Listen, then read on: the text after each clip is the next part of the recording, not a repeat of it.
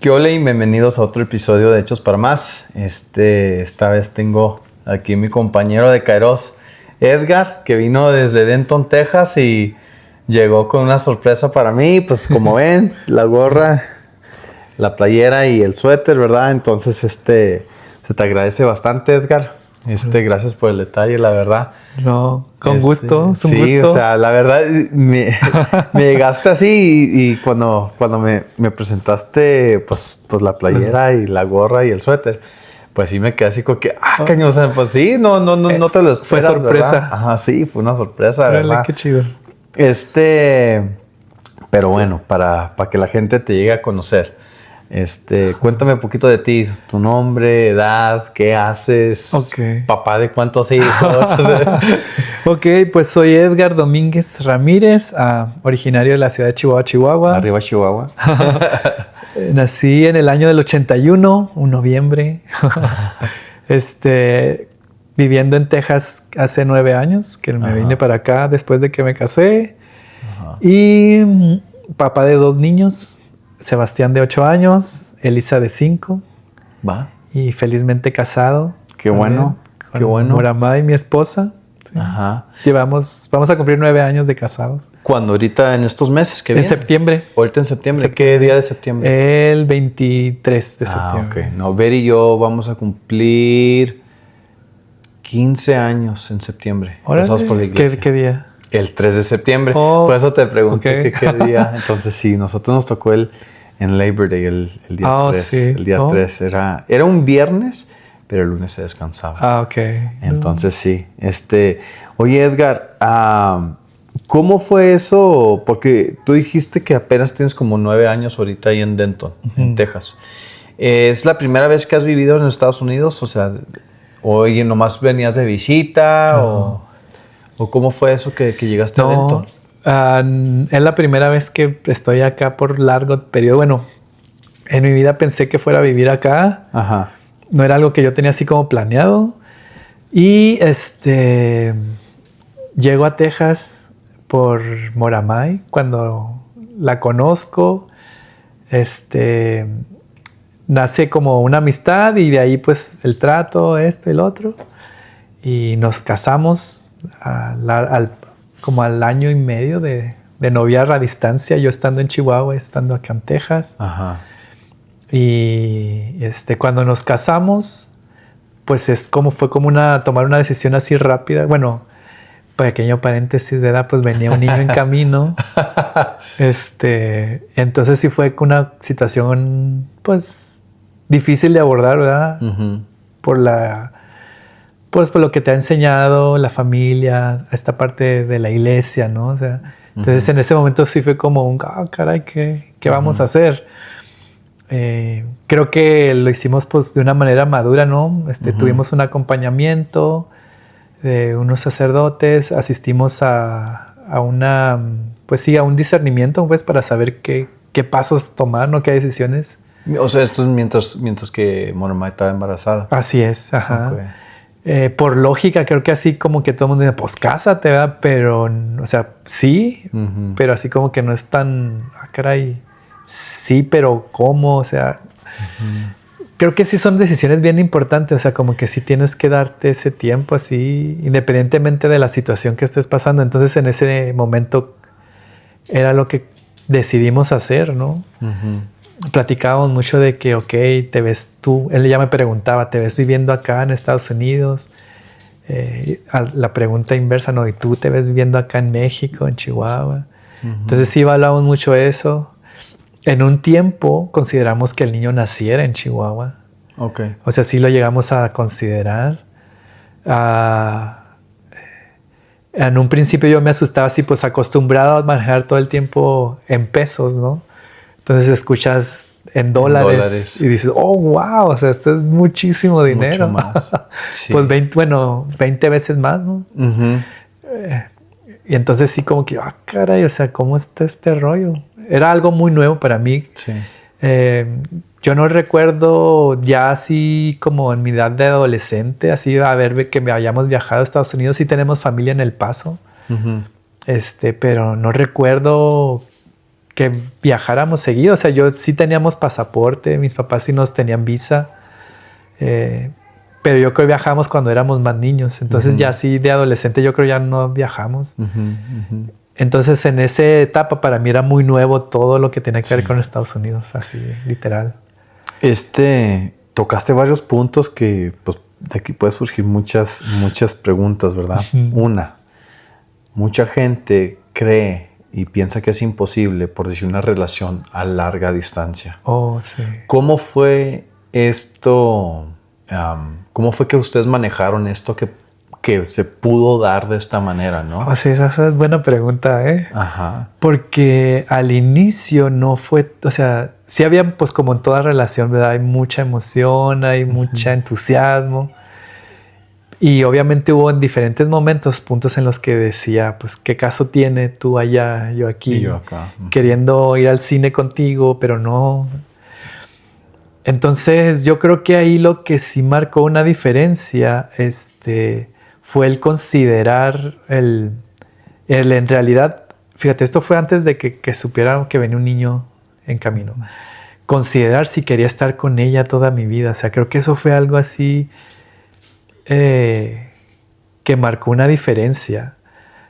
Yo no fui nunca muy noviero. O sea, en realidad no tuve muchas relaciones. Tenía muchas amigas. Pero con ella al poder pensar en eso, o sea, fue lo que a mí me dijo, cariño, o sea, aquí hay algo que no había sentido antes. Entonces hacerme esa pregunta y pensar más allá de si estaba en México o en Estados Unidos, dije, yo siento que aquí hay algo, o sea, algo diferente. Sí. Y yo le doy mucho que fue eso, o sea, no fue fácil la de relación a larga distancia. O sea, sí hubo momentos en los que sí quisimos tirar la toalla. Pero creo que eso marcaba, o sea, ok, sí, pero creo que podemos hacer algo diferente, ¿no? O sea, como que también el intentar que funcionara de las dos partes, sí, a pesar de la distancia, eso ayudó. Hasta cierto punto no sé si la edad haya tenido que ver, porque yo tenía en ese entonces como 36 años, 37. Entonces no sé si también la perspectiva que tienes de la vida a esa edad ya es diferente. Ajá. Sí, ya no piensas en cosas así como pasajeras. Bueno, al menos en mi caso. Entonces creo que eso ayudó, o sea, como que pasitos pequeños, seguros. Y sí, o sea, la manera en cómo fue nuestro noviazgo fue un poquito, pues no habitual. O sea, a veces yo sí venía a visitar, a veces ella iba a Chihuahua, y hubo varios momentos en los que planeábamos viajar a ciertos lugares, por ejemplo, a la Ciudad de México, al DF. Para mí a veces era más, hasta por cuestión económica y logística, viajar a México y que ella viajara ahí al aeropuerto y de ahí vernos, ¿verdad? Ajá. Y de ahí planear un tour, ¿verdad? Ajá. O sea, visitar otras ciudades. Eso también está chido, ¿eh? Sí, eso yo digo que eso estuvo padre. Ajá, poder conocer lugares juntos, mochilear, así literal, mochilear, así. Caminamos, o sea, yo en mi vida me recuerdo que haya caminado tanto. Porque así, que platicábamos con los locales, por ejemplo, una vez que fuimos a Puebla, y los locales, había tours, ¿verdad? Que para turistas, ¿verdad? Que toda la gente puede contratar. Y ellos nos decían, no, eso es muy caro. Dice, aquí agarras en la esquina el camión público y se te cobra 5 pesos y te lleva al mismo lugar que te va a dar el tour por 200 que te cobra el tour, ¿no? Entonces hacíamos eso, pero íbamos con nuestra maleta, ¿sí me entiendes? Como, o sea, nos subíamos a un camión, un autobús público con toda la gente así que va a la escuela, al trabajo, pero y nosotros ahí, ¿y estos qué? Con nuestro maletón. Y luego ya te bajabas y por las calles, así el centro, ahí jalando la maleta. Entonces esas experiencias estuvieron chidas. Conocer a ella yo cuando llegábamos hacia un hotel, yo decía, bueno, pero ¿cómo vamos a pedir 2 habitaciones? Una cama, 2 camas. Sí, o sea, como que era raro. Sí. Eso fue raro, pero también a la vez era chido conocernos sin filtros, pues así. Ajá. Como que yo no sabía. Es como otro tipo de intimidad, pero sabes, o sea, es así como que ajá, una experiencia totalmente diferente y no común, ¿no? Porque ¿qué tanta gente hace eso, no? Ajá, sí. O sea, Y era así, era parte, había como esa parte que extraña, pero a la vez así, está padre. Ajá. Y como el no saber porque no hay un mapa, por Ajá. así decirlo. Ajá. Entonces esa parte fue muy rica en la relación y que nos ayudaba pues así, estuvo padre este viaje, ¿no? Uh-huh. Sí. Tenemos bonitos recuerdos, fotos, ¿verdad? De los lugares. Siento que eso marcó una diferencia pues en esa parte de estar a distancia. Duramos 1 año y medio así. Okay. Quizás la parte del niño sí aceleró un poco este proceso de casarnos. De ya juntarse, sí. Pero sí fue muy bonito, o sea, más que lo difícil, recuerdo más lo bonito, ¿sí me explico? Qué chido. Ajá. Qué chido, sí, porque mucha gente dice, no, eso de andar de una relación así de larga distancia no va a funcionar. Ajá. Pero como tú lo dices, las dos personas tienen que poner de su parte y el querer la relación. Sí. El querer la relación. Y también, obviamente, que se pueden estar viendo en ciertos puntos donde pues nos vemos en México. Ándale. O vamos a Puebla. Ajá. O vamos aquí y se están juntando ahí, más aparte, porque todo es nuevo. O sea, la relación es nueva, más aparte el lugar es nuevo. Ándale. Y es así como que son estas cosas, ¿no? ¿Cómo vamos a pedir el hotel? ¿O qué hacemos? ¿Cómo nos acomodamos? Sí, que eso sí, o sea, sí pedimos una habitación para los dos. O sea, había 2 camas. Pues, y más barato también, ¿verdad? Sí. O sea, había lugares que eran medio extraños, así que eran como hostales. Entonces, era una habitación así llena de literas y todas las mujeres de un lado. No, estaba mixto. Ajá. Había puras literas, como que llegaban mucho mochilero. Por eso sí mochileamos. Ok. Entonces estabas revuelto, era sola una habitación grandísima con muchas literas. Ajá. Y estaban ahí revueltos hombres y mujeres. Y los baños también eran compartidos, la regadera. Entonces cuando llegamos a ese hotel, ahí sí nos la pensamos. Así dije, no, tenían esa oferta y la habitación. Ajá. Era más cara, obviamente. Sí. Y pues no, ahí sí nos íbamos por la habitación más en privado. Sí, no, con tu propio baño y todo. Sí, pues más a gusto. Eso también. fue raro. Pero qué chido, ¿eh? O sea, es bonita esa experiencia y para que la gente también escuche que es posible. Sí. Es posible esta relación, ¿verdad? Fíjate que cuando mi esposa y yo tenemos una historia más o menos similar. Uh-huh. Bueno, no de larga distancia, sino que nos llegamos a... Salió embarazada mi esposa, pero nosotros era en cuanto salimos de la preparatoria. Teníamos... 1 mes de graduados de la escuela. O sea, apenas íbamos a cumplir los 18 años. Bien jóvenes. Sí. Y ella llegó a un punto porque nosotros sí yo era de irme a trabajar, encontrar el trabajo, irme a trabajar y a los 3 meses tener mi propio apartamento. Y al último ya se vino a vivir conmigo. Ajá. Y desde ahí en adelante así hemos estado juntos. Órale. Pero a la misma vez es así como me pongo a pensar, un morrillo de ahorita, de 18 años, o yo en ese, ¿cómo le hice? Y son cosas donde te vas viendo cómo le hago aquí, cómo le hago allá. Sí. Y llegó un punto donde mi esposa, o sea, ver en el tiempo, sí me preguntó, oye, ¿cuándo nos vamos a casar? Y a lo mejor yo muy tontamente le respondí, no sé si me quiero casar. Órale. Y es así como que, oye, ya están viviendo juntos, ya tienen una niña. Pero por mí era porque eran cosas donde obviamente yo y ella éramos muy jóvenes, muy inmaduros, pues batallando, ¿no? O sea, batallando y era una cosa donde yo sí me cuestionaba realmente. Ajá. Pero fíjate que en esos tiempos ella y yo estábamos asistiendo a un grupo de jóvenes. Ok.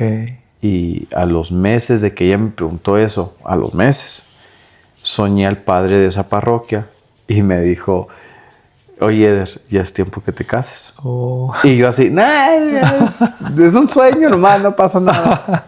Era un sueño. Era un sueño. Oh, wow. Al año, sí, más o menos al año, viene falleciendo una tía de mi esposa. Uh-huh. Y no llegué a convivir mucho con la señora. No llegué a convivir mucho con ella.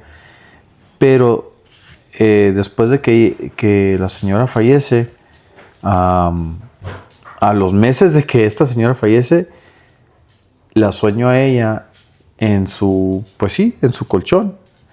Y me está platicando y me dice, Eder, me dice Dios que ya es tiempo que te cases. Oh. Entonces ya fue la segunda vez, más aparte era, o sea, no era ni tía mía, o sea, era tía de mi esposa. Y era así como que, bueno, y fue un proceso también donde, o sea, sí lo tomé en oración. Y porque yo sabía en mi mente que yo casándome, o sea, para mí es porque es serio y es para mí, ¿verdad? Es para siempre. Especialmente tomando esto de dentro de la fe, ¿no? Dentro de cumplir y llegar a la santidad es de, pues bueno, es de mantenernos juntos. Sí. ¿Verdad? Entonces yo me lo tomaba muy seriamente y mi respuesta a ella era, pues era esto, o sea, no sé si me quiero casar. Y obviamente, pues sí se sacó de onda ella, ¿verdad? Y no lo hice así como que de malo. Ajá. No, o sea, estaba siendo sincero con ella. Sí. Y fíjate, en este inter así de, antes del niño, o sea, en esas crisis que te digo de que te dan, híjole, pues qué caso tiene. Si consideramos la opción de irnos, bueno, yo moverme al Paso, a la ciudad del Paso, y ella también para poder convivir, o sea, como que para poder tener más convivencia en persona. Sí. Y conocernos más, o sea, como que esa parte creo que en los dos estaba como muy presente el, ok, sí te quiero, sí me agrada, pero no te conozco tanto, ¿no? Entonces como que esa espinita estaba ahí. Entonces sí lo consideramos hacerlo, pero no pasó, o sea, pasó primero esto del niño. Y pues no sé, o sea, creo que al final la resolución, o sea, me gusta el matrimonio que tengo ahorita. Sí. Obviamente, digo, al principio no fue difícil. Cuando yo ya me vengo a Estados Unidos, que nos casamos. Nos casamos en septiembre, mi hijo nació en diciembre. Y desde que nos casamos yo me vine para acá, o sea, me moví así. Entonces sí fue una transición muy fuerte, así muy brusca para mí. El cambio de soltero a casado, el cambio de cultura. Vas a ser papá. Ándale, que voy a ser papá, el cambio de cultura, el idioma. Así fue con un cóctel así... Machín, así de... Sí, órale. Así detonó. Entonces, los primeros 2 años que estuve aquí en Estados Unidos estuve en depresión. O sea, sí, fue una etapa difícil para mí. Estar lejos de mi familia, la gente que conocía, mis amigos. Yeah. Esta parte como que profesional, digámoslo así. O sea, yo tenía una carrera, tenía una profesión y llegas acá y es como si no tuvieras, ¿sí me explico? Sí. O sea, fueron así como que pequeñas cositas que en el momento que piensas hacer el movimiento, no que no las consideres, pero no sientes la afectación hasta que no estás. Entonces, en esos 2 años sí fue que yo agradezco mucho y ahorita en retrospectiva, ¿no? Verlo, logré como conocerme un poquito mejor a mí mismo, o sea, el darme cuenta que estaba en esa situación. Digo, en ese entonces yo recuerdo así que dormía mucho. O sea, hay cosas, a veces así platico que... Algo que no era tan común. Ajá, sí, okay. O sea, yo no era así de dormir. Y en el día, o sea, dormir en el día. No me gustaba salir, fíjate, o sea, me quería estar encerrado siempre. Vivíamos en un apartamento de una recámara nada más y yo no quería salir, o sea, quería estar todo el tiempo ahí encerrado. Cosa que yo no soy así, o sea, yo soy introvertido un poco, o sea, pero sí me gusta hacer amigos, salir, conocer. Sí. Y en ese momento no lo notaba y ya fue cuando dije, caray, aquí algo no está bien. Entonces empiezo a tomar terapia y es cuando me doy cuenta que estaba pasando por una depresión, o sea, que ni siquiera yo sabía qué estaba pasando. Y eso es lo que me ayuda así como que a ir saliendo, así de, híjole, si tengo que hacer algo, o sea, no puedo quedarme así. Cuando ya empiezo a tomar terapia, lo que empiezo a hacer es salir a caminar así alrededor del vecindario con mi niño aquí, así, y nomás caminaba y daba así, sí caminaba bastante y ya regresaba. A través, fíjate, de los amigos que tenía mi esposa por este ministerio de Kairos, pues ellos como que empiezan también a frecuentarme. Oye, que vamos al gym, no, que vamos a hacer bicicleta.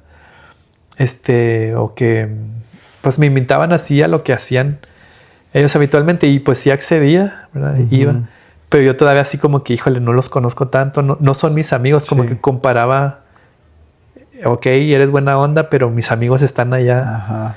Entonces también ahí como que eso me ayudaba, pues en esta parte de ir sanando, ¿no? Ok, son buenas personas, o sea, tienen una buena intención como de ayudar, o pues sí.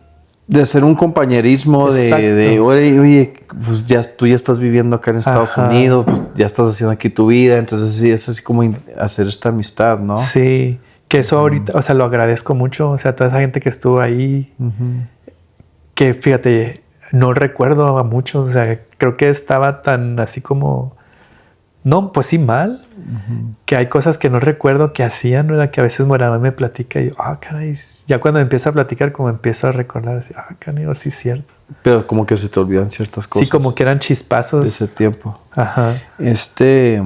¿Y qué fue así que tú dijiste, qué fue ese momento que tú dijiste, sabes qué? Hay todas estas señales que están, o sea, que no son normales de lo que yo hago, necesito tomar terapia. Fue eso, fíjate, así eso, yo me sentía diferente, ¿verdad? Me sentía muy enojado, con lo que pasaba, ¿verdad? O sea, la situación, estar lejos de amigos, familia, o sea, tenía mi familia, mi esposa, mi hijo, pero había ese sentimiento, entonces esto no está bien.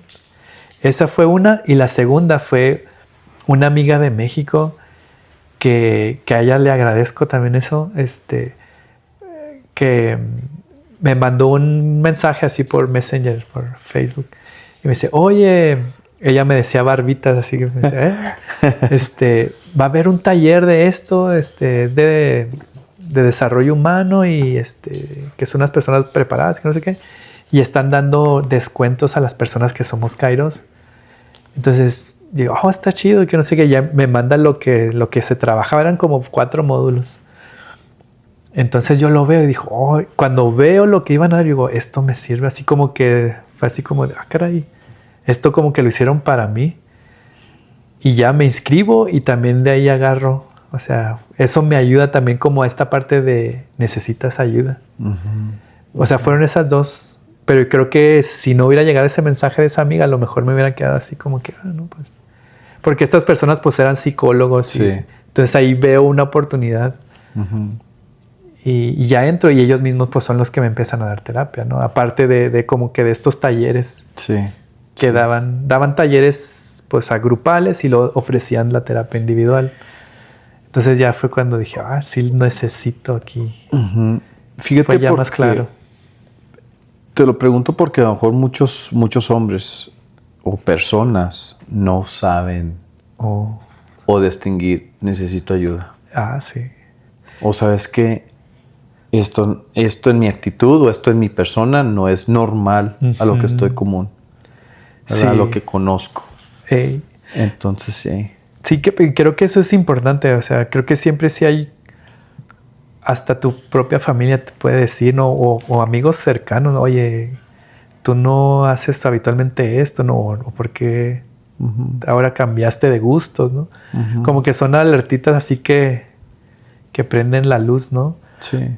Entonces, ahí creo que sí es importante así como que de repente dejarse cuestionar y como que, sí es mi compa, pues a ver, me dijo algo en buen plan, ¿no?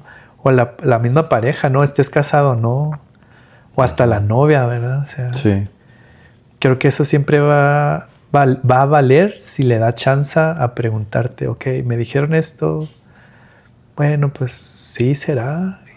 Y si a lo mejor ya es varias veces, creo que también eso, porque creo que a lo mejor Moramay sí notaba algo cuando estaba así mal. No sé, en realidad, fíjate, ahorita no recuerdo así con certeza que me haya preguntado, ¿estás bien? Bueno, sí, yo creo que sí me preguntó, mas no lo recuerdo. O que haya platicado ella con su grupo de amistad y que, oigan, ayúdenme con Edgar, está encerrado. ¿Verdad? No dudo que no hay, pero yo no recuerdo, ¿verdad? Entonces, creo que así ya cuando se acercan diferentes personas y que coinciden en algo así como fue cuando también para mí fue, caray. Ajá. O sea, ya nada, él no me conoce y me está diciendo acá tampoco. Sí. Y también cuando ya percibí así, caray, pues sí, o sea, algo de lo que hago no me está dando el sentimiento, o sea, como que había un sentimiento raro ahí. Sí. Entonces ya fue todo eso. Y pues sí, o sea, porque tú ahorita estás compartiendo sobre que fue, haz de cuenta que te arrebataron de un mundo para escupirte en otro, ¿no? Sí. Y una realidad, pues sí, totalmente diferente, porque todo tu mundo cambió, Sí. como tú lo dijiste, otro país, otro lenguaje, otras costumbres, Sí. ahora tu relación, o sea, ya va a cambiar tu relación con tu pareja y lo más aparte es para mí el de ser papá es así como, hijo de su, ¿cómo le voy a hacer?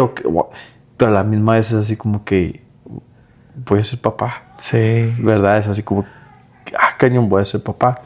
En ese aspecto, ¿cómo tú tomaste esto de ser así como, voy a ser papá? Órale, a mí no me cayó así tanto el 20 hasta que ya estábamos, yo creo casi que en el hospital, así. Ya manejando al hospital.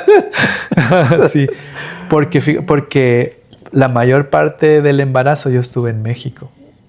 Ok. Sí, o sea, mi hijo nace en diciembre, yo estoy con mi esposa en el último trimestre del embarazo, ¿sí me explico? Entonces, sabía que iba a ser papá, pero pues es como saberlo, ¿verdad? Todavía no estaba así de que soy papá, ¿sí me entiendes? Sí. Entonces ya cuando me muevo y que pues asisto, la primera vez que fui con ella al chequeo, Ajá. o sea, para mí fue así como que, ok, o sea, ok, sí, escuchar el corazón, ver las fotografías, fue así como un sacudidón así, pero todavía no fue tan fuerte así. Ya cuando el día que ya manejamos así, ella estaba en el trabajo y mi mamá estaba de visita ahí con nosotros, o sea, porque quiso ir, o sea, como estar también ayudándonos, ¿no? Para el parto. Entonces ella estaba en el trabajo y yo estaba con mi mamá en la casa y así de repente me habla Moramay. Así fue una llamada bien extraña. Y luego, ¿qué pasó? Se me rompió el habla. Ok. Y me cuelga. Y así fue viendo y luego ya acá. Y luego así yo me quedé con el teléfono y luego estaba mi mamá. Y luego, ¿qué pasó? Lo era Moramay. Le digo, me dijo que se le rompió, o sea, que se reventó el agua. Ok. Pues yo creo que estaba bromeando y ya nos soltamos riendo mi mamá y yo. Y ya así quedó. Y luego al ratito así al minuto así me vuelve a marcar. No, es verdad. Me dice, ven por mí. Entonces fue muy curioso así. Sí, en serio. Sí, lo ves. Y ya nos arrancamos, subo las cosas y nos vamos. Entonces, ella ya después me platicó que cuando estaba en su trabajo, que estaban en una reunión y que ella sintió así como si se hiciera pipí. Entonces, que dice que se para y que así chapoteado acá los pies. Entonces, que todos sus compañeros, se te reventó el agua. Y que dicen, habla de tu esposa. Entonces, dice que ella estaba así como también en shock y que no me habla, se me reventó el agua y me cuelga. Entonces, que le dicen, ¿qué te dijo? Pues nada, nomás le colgué. No, le dije que se le reventó el agua. No, pues dile que venga por ti y ya. Entonces ya pues llegamos al hospital y ya cuando la veo así, ya con la bata y que empiezan las contracciones, es cuando yo dije, así fue cuando dije, ya. Ahí fue así, ese sentimiento yo creo que no lo puedo describir, o sea, fue de otro show, o sea, así bien diferente. ¿Te tocó estar en el parto? Sí. Yeah. Yo corté el cordón umbilical. Eso también, o sea, pues uno cuando viene al mundo, pues son cosas, son detalles que no platicas con tus papás, ¿verdad? Sí. Entonces estás ahí y así me ve la doctora y me las tijeras. Y así como, ¿qué voy a hacer? Así no me dijo, corta. Caray, o sea, eso es una sensación también diferente. Sí. De esas cosas nuevas que te pasan por primera vez. Entonces fue así, lo dije, o sea, ahí fue cuando yo capté así la magnitud. Dije, wow, o sea, esto es otro show. Y ya verlo al niño, cargarlo, o sea, no saber ni cómo tomarlo, o sea, los ves tan chiquitos, tan frágiles. Y, o sea, ves el esfuerzo que hace tu esposa. Sí. O sea, todo lo que se mueve, ¿no? En torno a, o sea, dices, esto es otro show. O sea, Sí. Fíjate, ahorita que estás platicando de cortar el cordón umbilical, me acuerdo yo de cada uno de mis hijos. Sí. El último, pues no se pudo porque él fue por cesárea y no pude entrar porque era durante COVID y metieron a mi esposa en emergencia. Wow. Era de ya. Qué complicado. Entonces, yo sí me vistieron también en caso de yo poder ir, pero haz de cuenta que no. En cuanto ella entró, la durmieron y ¡pum! De volada. Yo estaba todo vestido esperando pues a pasar y no. Él fue el único que no le corté el cordón umbilical. Pero es una sensación bien rara, ¿verdad? Cuando la estás cortando. Porque hasta yo decía, no le va a doler. Porque pues es carne. O sea, estás y cuando lo cortas no se siente... O sea, es algo raro, o sea, se siente distinto. Ajá, no es así como si estás cortando papel. No. Es así como si estás cortando... O si cortaras una chuleta, o sea, sí, no es... O sea, sí, es como si fuera una manguera de carne, ¿no? O sea, bien raro. Sí, es una sensación bien rara. Oye, Edgar, también... para mí esto es algo muy, muy, muy importante para mí. Y me imagino que también para ti, para muchos hombres allá, ¿verdad? Pero... para ti, ¿qué significado tiene el ser papá? Para ti. Para mí, ser papá para mí es como aprender a ser auténtico, saber que no eres perfecto y dejar que vean eso. Yeah. Que no todo el tiempo, vaya, así lo voy a decir, las puedes todas, o sea, que no las puedes.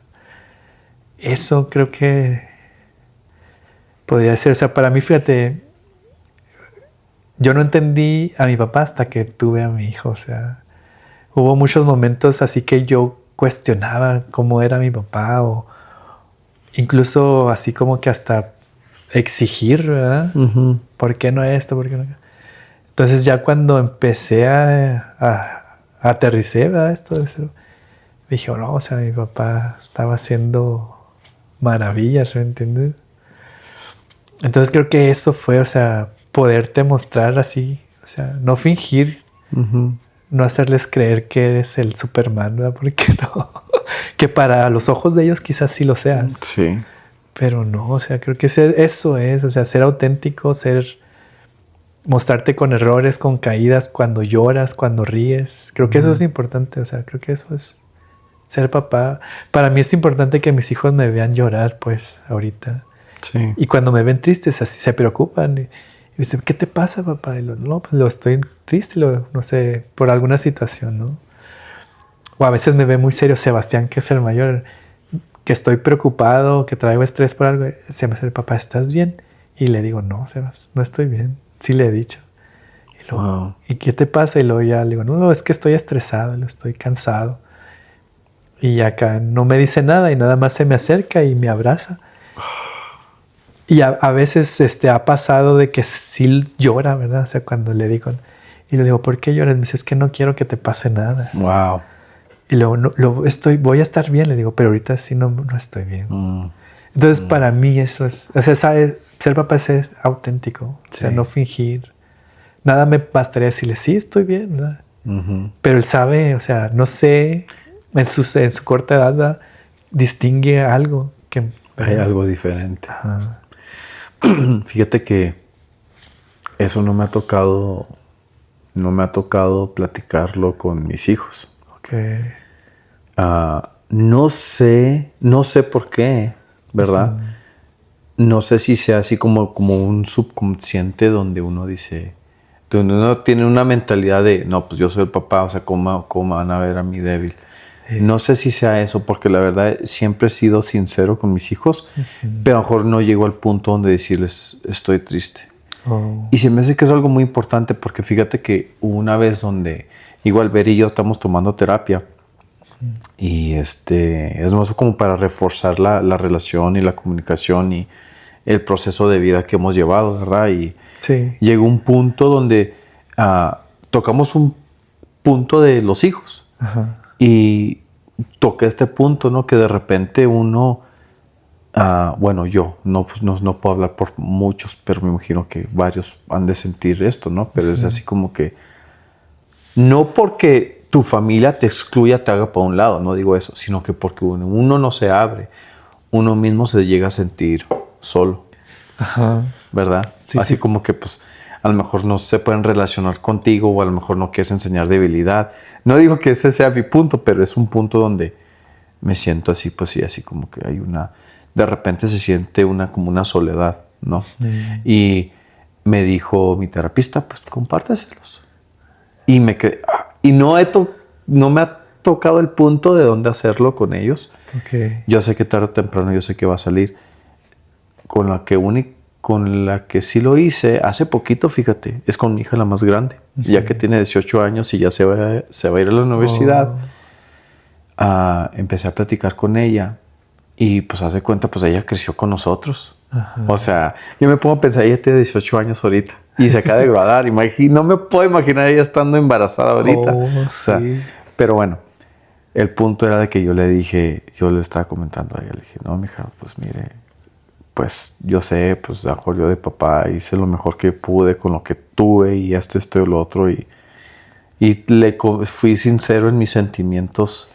Le dije, sabes que hay un punto donde tú entraste a la adolescencia, a los 12, 13 años, y yo sentí como que ya no había una conexión como la teníamos antes y yo no sabía cómo acercarme contigo. O sea, cositas así, ¿no? Y le di varios ejemplos. Le dije, y hay puntos donde yo siento donde no que te fallé, sino que me ha gustado de mí, o sea, llegar más a ti y hasta ser más vulnerable y abrirme más contigo. Y sí, o sea, yo vi que ella empezó a llorar. Porque escuchó la sinceridad de mis sentimientos en el punto donde hasta yo dije, y le dije, y hay momentos donde yo también me siento solo. Y, o sea, y es compartir con tus hijos estos sentimientos, ¿no? El de, obviamente no va a estar llorando por cualquier cosita, obviamente es por algo, ¿no? Ajá, es por algo. Sí. Pero esto de compartir esto así con tus hijos, fíjate que es algo que voy a tener que practicar pero ahora con mis niños, ¿verdad? Ahora con mis niños. Sí. Y sí. Y creo que eso es una enseñanza importante, o sea, de esas cosas que no planeas enseñar, pero que en realidad sí marcan una diferencia cuando ellos son adultos también, o sea. Y precisamente en eso que mencionas, en la conexión. O sea, mi papá también llora, ¿no? Mi papá también se siente agüitado, ¿no? Porque para ellos a lo mejor son situaciones en la escuela, ¿no? Así de que, el amiguito, no me invitaron a jugar. Pero el sentimiento es el mismo, ¿no? Así de sentirte a un lado, de que no te pelan. Vaya. Entonces papá también siente eso, como que esa conecta, ¿no? Ayuda. Como mucho. Mi papá es humano. Ándale. ¿Verdad? También él tiene sentimientos. Sí, sí, eso es padre, eso es chido. Sí. Me gusta. Ahora tocando este otro punto, ¿no? Que tú dijiste que ahora tú llegaste a no sé si decirlo así como apreciar a tu papá en cómo él hizo las cosas, ¿no? Por decir contigo, pero antes de que empezáramos a grabar, empezamos a compartir poquito. Y me comentaste sobre tu papá, ¿verdad? Que es algo que resalta más, que estas memorias las tengo bien grabadas sobre mi papá. Oh, sí. Tengo una que esa, fíjate, mi papá falleció hace 14 años, ¿verdad? Entonces, cuando mi papá fallece, como como a los 2, 3 meses, también, fíjate cómo provincial, por una amiga, me dijo, oye, hay un tal parroquia en Chihuahua que están dando unos talleres de duelo, así como para personas que han tenido pérdidas. Y me dice, ella había perdido a su mamá, mi amiga. Dice, yo voy a ir. Y me dijo, yo sé que tú perdiste a tu papá. Dice, o sea, te paso el dato, ¿no? Para si quieres ir. En ese entonces, yo no tenía auto, ¿verdad? Entonces me movía en el transporte público. Y a la hora que era el taller, ya a esa hora ya no había transporte, o sea, se cortaba. Entonces también a esa amiga yo le agradezco. Ella me decía, no, tú llega ahí y yo te regreso a tu casa. Y si era o sea, de donde yo vivía, donde ella vivía, sí estaba lejecillos. Y gracias a ella digo, que le entro a esos talleres, o sea, de duelo, pues trabajar el duelo, ¿no? En pérdidas así tan significativas. Lo que me gustó de ese taller es que, por ejemplo, nos dividían en grupitos. Personas que habían perdido a sus padres, personas que han perdido hijos, los que han perdido pareja, los que han perdido, a lo mejor no que la pareja no ha muerto, pero que han sufrido separación. Eso también es un duelo. Y en ese mismo grupito estaban los que tenían como una pérdida profesional o que habían sido como en sus trabajos, como que situaciones así. Entonces era muy padre poder compartir con gente que tenía como el mismo dolor, ¿no? Por así decirlo, ya sea de papá o de mamá. Y pues fueron así varias sesiones. En la última sesión se llamaba, me recuerdo muy bien cómo se llama, le decían la herencia. Entonces a través de todo lo que ya habíamos caminado, tenías que hacer un ejercicio donde tú recuperaras, o sea, qué era la herencia que te había dejado tu ser querido, ¿no? Y pues sí, era un trabajo muy bonito en oración y las personas que daban los talleres pues eran personas, yo creo eran psicólogos, ¿verdad? O sea, muy preparadas y uniendo esta parte espiritual de Dios, o sea, la parte de Dios, la enseñanza pues, te guiaban muy, muy padre, muy bonito. Entonces en esa última sesión, en ese trabajo, hubo un momento que a mí se me vino a la mente así, o sea, como si estuviera viendo. Así. No, o sea, te hacen una meditación y te van guiando, ¿no? Y como te piden que traigas a la mente, pues sí, que recibas toda esa herencia, o sea, porque algo te dejaron, ¿no? O sea, no pasaron por tu vida así nada más.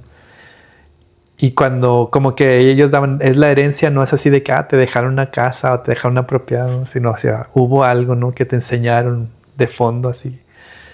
Entonces cuando estábamos haciendo ese ejercicio así con los ojos cerrados, así fue como una película. Hubo un momento que en el trabajo, mi papá trabajaba para el IMSS, el Instituto Mexicano del Seguro Social, trabajaba en el área administrativa. Y cada año hacían unos premios a nivel nacional. Entonces hubo un año que a mi papá le tocó recibir ese premio, le llamaban el premio Águila Dorada. Entonces es a nivel nacional, voló hasta México, le entregaron su premio y ya regresó. Y cuando regresa, ahí en su lugar de trabajo le hacen como una ceremonia, ¿no? Así como de felicitación y todo. Entonces yo me acuerdo muy bien que en esa ceremonia estaba yo ahí con él. Y me acuerdo así, me dice, si había pues gente de los periódicos y del radio. Y él me dijo, si se te acerca alguien y te pregunta, que si quieres ser como tu papá, así me dijo, les vas a decir que no, me dijo mi papá. Les vas a decir que vas a seguir mi ejemplo, pero que cada quien construye su camino, o sea, que cada quien tiene su propia luz, ¿no? Ajá. ¿Cuántos años tú tenías? Estaba en secundaria, no me acuerdo qué edad. Entonces, entre 11, 13 años. Ándale, por ahí. Entonces, cuando mi papá me está diciendo eso, yo estaba más nervioso de que alguien se me acercara y me preguntara que lo que él me decía.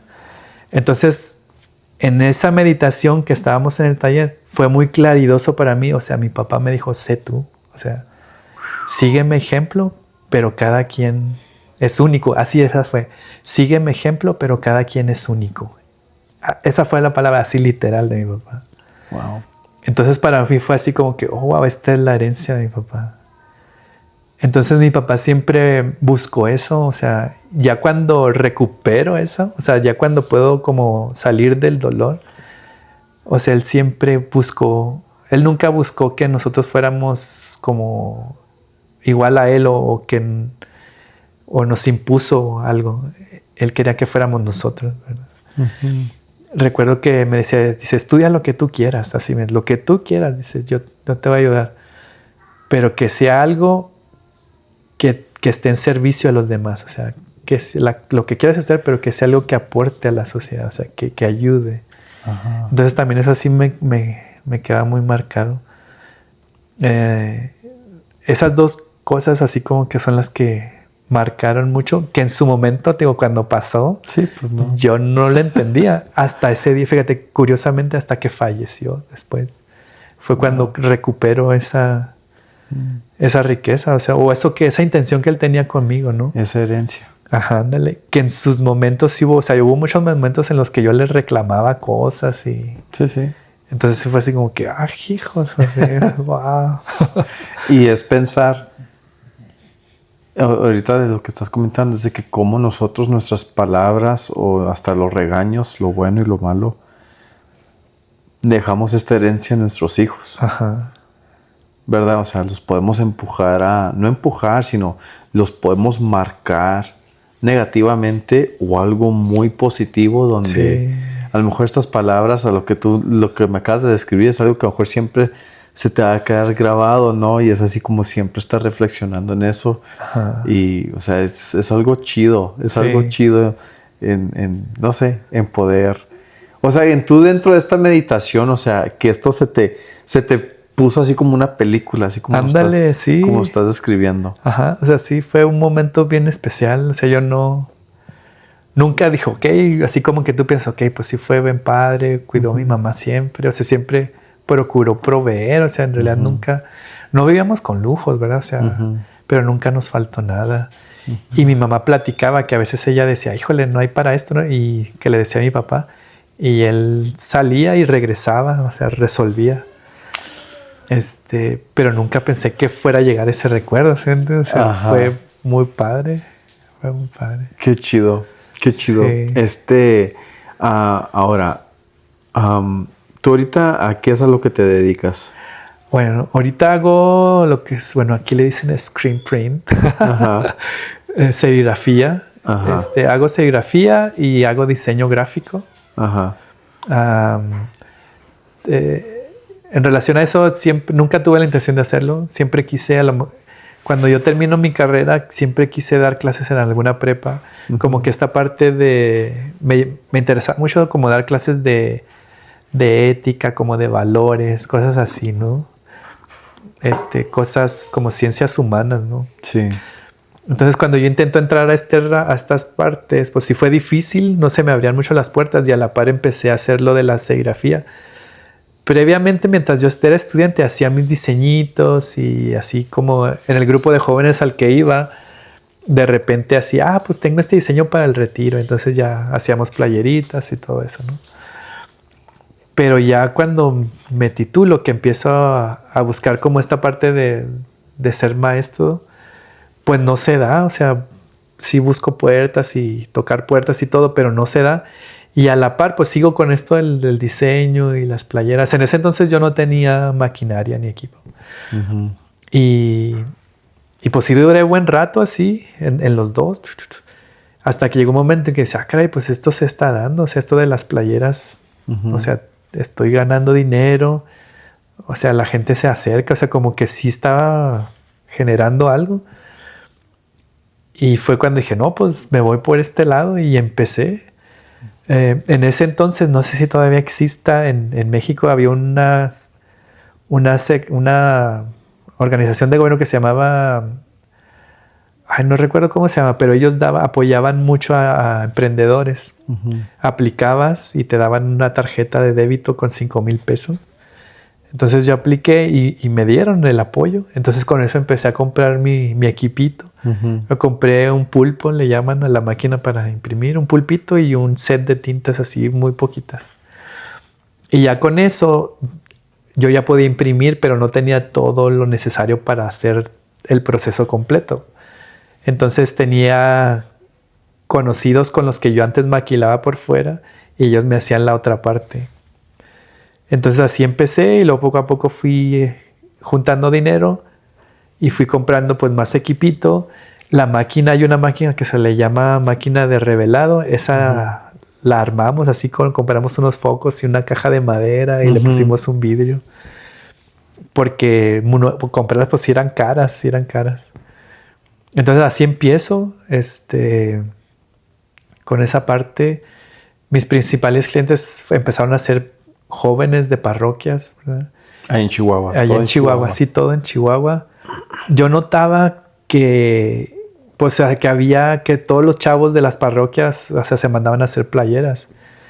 Entonces el gancho que yo ahí adquirí fue como decirle, ok, yo sé, ¿quieres una playera para tu, no sé, para tu congreso? Es del Espíritu Santo. Yo sé lo que es, de lo que hablo. De lo que estás hablando. Porque yo estoy aquí adentro. que vamos a tener la Pascua Juvenil. Ok, yo he vivido una Pascua Juvenil, o sea, yo sé lo que pasa allá adentro, ¿no? Ajá. Entonces, yo, o sea, y como les ofrecía diseño, yo sé el sentido, ¿no? De lo que es. Entonces, por ese lado fui ganándome clientes. Y empecé también como que tenía amigos en la pastoral juvenil. Entonces empecé a acercarme con ellos y yo les decía, oigan, denme chance yo les doy el trabajo, bueno, les ayudo con las playeras, les doy un precio justo o coticen y yo les bajo un poquito, ¿no? Como para ayudar.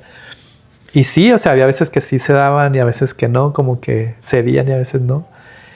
Y ya después de un tiempo, cuando tenían eventos, yo les pedí, ok, te hago las playeras de tu staff y nada más déjame tener un stand ahí de mi compañía para repartir flyers. No quiero vender, solo quiero promover, ¿no?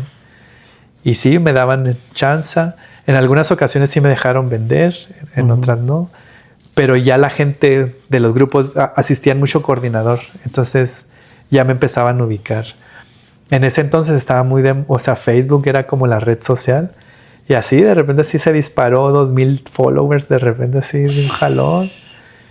Yo en ese entonces como que no era así de que, tengo 2,000, como que no era tanto como ahorita. ¿Sí? Entonces yo, 2,000, pues, o sea, yo decía, son muchos, pero, pues sí. Pero no era así como que lo veía, pues qué chido, ¿sí me entiendes? Entonces no lo comprendí hasta ya después de mucho tiempo. Que Instagram todavía no existía, sí tenía el Instagram, pero como que no era así, sí, no era la gran cosa, sí, no. Como que estaba de MySpace a Facebook, como que estaba esa transición. Y dentro de los mismos grupos de jóvenes, pues había gente que decía, oye, tengo un equipo de fútbol, también haces playeras para equipos, porque pensaban que solo hacía diseño religioso. Ajá. Porque en un principio, o sea, ofrecía el servicio de impresión y yo tenía mis propios diseños que vendía, o sea, hacía mis diseños, imprimía playeras con temática de religión y la gente pensaba que solo hacía para iglesias. Ajá. Entonces eso era muy curioso que me preguntaran, oye, pero si haces para equipos de fútbol, sí, también. Que eso también fue un plus. Yo les decía, ok, haz los uniformes conmigo, yo te patrocino el número porque ya ves que tienen que traer número, sí. Pero déjame poner 1,000 marca también ahí, o sea, el patrocinio. Y que de volada te decían que sí. Ajá, sí. ¿Cómo le tenías? ¿Qué nombre le tenías? ¿Qué? En ese tiempo, o sea... siempre fue Holy Seed. No, siempre ha sido Holy Seed. Sí, siempre. Okay. Bueno, hubo un momento que hubo, todavía yo no tenía la maquinaria completa, ya ves que tengo. Entonces hubo un chavo que era el que me maquilaba lo que yo no podía hacer y él como que quiso asociarse conmigo. Yo nunca pensé en asociarme con él, me siempre dije yo voy a crecer y quería dar trabajo, no sé. Y este chavo como que vio oportunidad ahí y me proponía cosas. Pero siempre se me hacían extraños. Yo así como que se me hacía raro lo que me proponía. Entonces llegó un momento que yo maquilé con él algo y tardó mucho tiempo y me quedó muy mal y como que eso me hizo así, dije, no, o sea, esto ya no, rompí relación ahí con él y eso me impulsó para yo completar toda la maquinaria que me hacía falta. Ajá. En ese inter que él se quería relacionar conmigo, él me decía, es que deberías de tener un nombre. Yo todavía no tenía nombre ahí. Entonces yo empecé, sí, es cierto. Entonces, para mí yo lo que hacía era como sembrar un mensaje, ¿verdad? Holy y que florecía. Sí. Antes de Holy Seed se llamaba Semilla. Okay. Y tenía un diseño. Y ahí tengo los diseños en la computadora. Pero yo les nombraba Semilla y Semilla del Reino y que no sé qué. O sea, hice así todo un boceto. Entonces, antes de que rompiera con este chavo, le digo, mira, ya más o menos tengo la idea. Y yo le enseñé, mira, Semilla y que no sé qué. Y lo él así como que él tenía más, o sea... Otras ideas. No tan otras ideas, pero como que sí era más fino en ese sentido, ¿no? Ajá. Él en esa parte creo que sí me ayudó.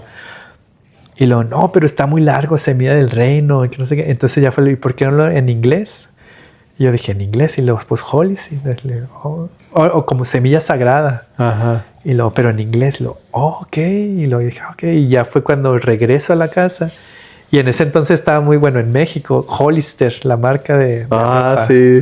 Era Aeropostale, Ándale. era American Hollister, Eagle. American Eagle. Entonces dijo, oh, Hollister. Y dijo, oh, pues podría ser como la marca, pues no mundana, pero así comercial. Y esta es la marca espiritual, ¿verdad? Ajá. Y así fue como salió. Y dije, Hollister, se escucha chido. Y ya se queda Hollister. En el 2011 hago yo el registro de marca en México como Hollister. Y ya de ahí empieza Hollister.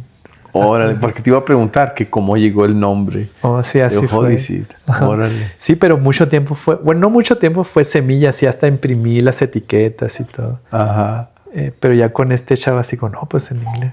Que ya después rompí la relación y fue cuando ya yo crecí ya solo. Pero ahí él fue como que afinó esa parte. Esa parte del nombre y más o menos cómo. Sí. Bueno, estás en Chihuahua, estás haciendo semilla o Hollister, pero ahora llegas, te casas con Moramay, tienen a su niño. ¿Hollister sigue o qué es lo que pasa? O sea, ok. Bueno, antes de moverme, o sea, ya contemplando todo lo que se tenía, o sea, todo el movimiento, mi idea en un origen era, ok, voy a tener a la compañía, voy a mantener la compañía desde allá, ¿verdad? En el plan, pues sí se ve bonito, pero ya en el hacer no fue, o sea, no fue fácil. No tenía socios, pero tenía amigos que en ese caminar había encontrado, ¿verdad? Que, oye, tú eres el de Hollister, no, pues que, yo hago bordado, por ejemplo. Okay. Cuando se te ofrezca, pues ahí está. Y tenía buenas relaciones y ellos también hacían serigrafía, pero su fuerte era el bordado. Entonces cuando yo ya sé que me voy a mover, empiezo, oye, ¿sabes qué? Mira, tengo mis clientes, dame tú, maquílame, dame precio, pero siguen siendo mis clientes. O sea, yo sigo teniendo la relación, solamente tú me vas a maquilar. Funcionó un tiempo, pero ya después me di cuenta de que no iba a salir. Entonces yo cuando ya estoy acá, digo, pues en este proceso así de la depresión y todo, o sea, también por mi situación migratoria, o sea, yo no quería mover o sea, entrar a trabajar y conseguir... O sea, meterte en que saliera un récord, ¿verdad? Que me fuera a afectar para arreglar, pues. Entonces me espero hasta que se haga el trámite legalmente, ya me entregan mi seguro social y permiso para trabajar. Entonces ya empiezo a buscar compañías de screen print, de serigrafía. Envío currículums y sí recibí respuestas de varias. Decido ir a una que está en la misma ciudad en la que vivo. Y así, o sea, me contratan así. Me dice, ¿puedes empezar mañana? Sí, puedo empezar mañana. Cuando me entrevistan, yo llevaba mi computadora, o sea, yo estaba postulando para ser diseñador gráfico o estar imprimiendo, ¿verdad? Ajá. Entonces así ellos me dicen, no, pues sí, es que sí te podremos contratar en eso, pero pues en un tiempo me dicen, tenemos ya nuestros diseñadores. Y dije, bueno, pues no tenía trabajo, pues acepto. Entonces ya cuando estoy dentro me doy cuenta que más bien era como trabajo de chalán, ¿sí me entiendes? Así. Entonces al principio yo decía, caray, yo no quiero hacer esto. Sí, duré un ratillo, no duré menos de un año, no duré ni el año. Y luego aparte el manager era medio racista. Ahí en toda la compañía había puro americano, nomás éramos 2 mexicanos. Entonces era con el que yo platicaba, así, oye, ¿cómo? Pues nos buscamos, ¿no? A la hora del lunch, oye, ¿cómo está aquí al lado? No, pues que sigue acá. Y también me doy cuenta que nos pagaban bien poquito. O sea, en ese entonces nos pagaban $10 la hora. Y así era así, comparado a lo que le pagaban, o sea, era una baba. Ajá. Entonces dijo, órale. En ese entonces yo recién llegado, yo decía, $10 la hora, pues sí. Pero porque todavía traía el chip de México, ¿sí? Entonces yo decía, no, pues sí está gacho. Y este señor, él ya tenía más tiempo, ya era un señor. Y él sí no tenía papeles, o sea, él tenía ahí, estaba pues con un seguro, pues, ¿no? Y entonces yo decía, bueno, o sea, yo sí notaba esa situación, yo estaba como ayudante de alguien que estaba en la máquina, con una americana, una chava, Pero cuando no estaba funcionando la máquina, pues me ponían a barrer o que a limpiar o que quita la tinta de los raseros, ¿verdad? Pero los ayudantes de los otros americanos que tenían máquinas iguales, o sea, ellos en su celular, o sea, no llegaba el manager a decirles algo. Entonces yo empecé a notar eso y dije, no, estos vatos sí son medio racistas. Y entonces yo ya empiezo a pensar, no, o sea, no, aquí no voy a no voy a progresar mucho. Sí. Entonces empiezo a buscar por otro lado, o sea, yo sabía que había más compañías, entonces empiezo a buscar, consigo en otra, y ya cuando empiezo a platicar con el otro mexicano que estaba, ya me voy a ir, tal fecha es mi último día, que no sé qué, y cuando estoy hablando con él pasa el manager y escucha, y yo creo que él ya sabía que me iba a ir, y así, en inglés dijo, no, aquí no se habla español, aquí no se puede hablar español, y lo dijo enojado, así con voz molesta.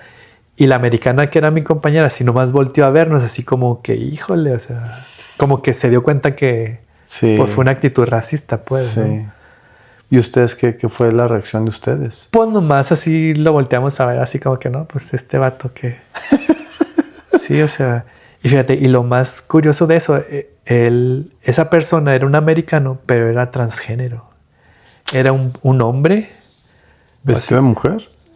Se había operado, o sea, se había cambiado el género. Había 2 managers en el área de operaciones y eran gemelos.